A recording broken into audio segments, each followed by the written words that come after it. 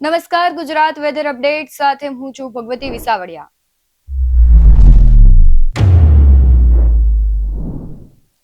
રાજ્યના હવામાનમાં ખૂબ મોટા ફેરફારો દેખાઈ રહ્યા છે। છેલ્લા ઘણા સમયથી ઘણા એવા વિસ્તારો છે ત્યાં છૂટાછવાયા વરસાદની આગાહી કરવામાં આવી હતી અને તે મુજબ વરસાદ પણ વરસી રહ્યો છે। પણ બીજી તરફ અલ નીનોની જે અસર છે તે સમુદ્રના જે વિસ્તારો છે ત્યાં દેખાઈ રહી છે। સમુદ્રમાં આખી એક સાયક્લોનિક સર્ક્યુલેશન ક્રિએટ થયું છે અને તેની અસર છે રાજ્યના હવામાનમાં દેખાઈ રહી છે। ઘણા બધા એવા વિસ્તારો હતા કે ક્યાંક કાળઝાળ ગરમી તો ક્યાંક છૂટાછવાયા વરસાદ પડી રહ્યા હતા।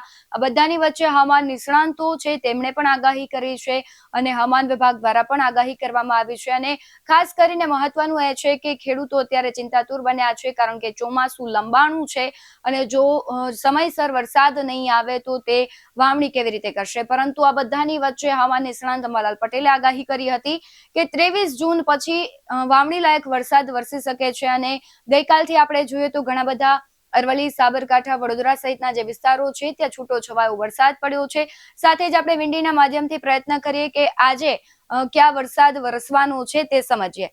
સૌથી પહેલા જોઈએ તો અત્યારે મહારાષ્ટ્ર આખો ભારતનો આપણો મેપ છે અને ત્યાં તમે જુઓ કે અહીંયા જે આ બધી સાયક્લોનિક સર્ક્યુલેશન અને સિસ્ટમ વરસાદી દેખાઈ રહી છે। ખાસ કરીને આપણે સમજીએ મુંબઈ અને સુરતની વાત કરીએ તો જ્યારે મુંબઈમાં વરસાદ વરસે છે ત્યારબાદ તેની અસર ગુજરાતમાં થતી હોય છે અને ગુજરાતના જે શહેરો છે ત્યારબાદ ત્યાં જ વરસાદ પડતો હોય છે। એટલે મુંબઈ તરફ અહીંયા જુઓ કે વરસાદ પડી શકે છે। આજના દિવસની વાત કરી રહી છું। ત્યારબાદ સુરતની વાત કરીએ તો સુરતમાં પણ વરસાદી સિસ્ટમ સક્રિય દેખાઈ રહી છે એટલે કે સુરતનો આજુબાજુનો ભાગ છે ત્યાં આજે વરસાદ પડી શકે છે।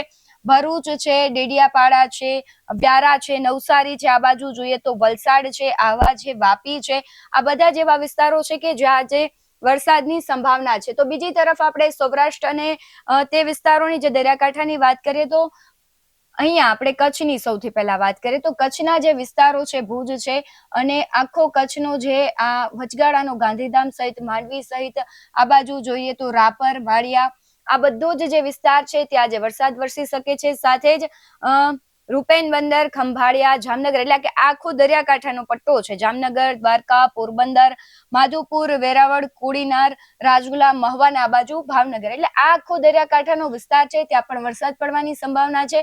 બીજી તરફ આપણે વાત કરીએ સુરેન્દ્રનગર, રાજકોટ, કાલાવાડ, જેતપુર, બોટાદ તો આ અમરેલી સહિતના વિસ્તારો છે ત્યાં પણ આજે વરસાદ વરસી શકે છે પરંતુ છૂટો છવાયો વરસાદ પડે તેવી સંભાવનાઓ વ્યક્ત કરવામાં આવી છે। અત્યારે અહીંયા સાયક્લોનિક સર્ક્યુલેશન અને જે સિસ્ટમ સક્રિય થઈ છે તેની અસર દેખાઈ રહી છે। પવનો છે તે આ તરફ જઈ રહ્યા છે એટલે જુનાગઢ સહિતનો આખો વિસ્તાર છે ત્યાં જે વરસાદ વરસી શકે છે।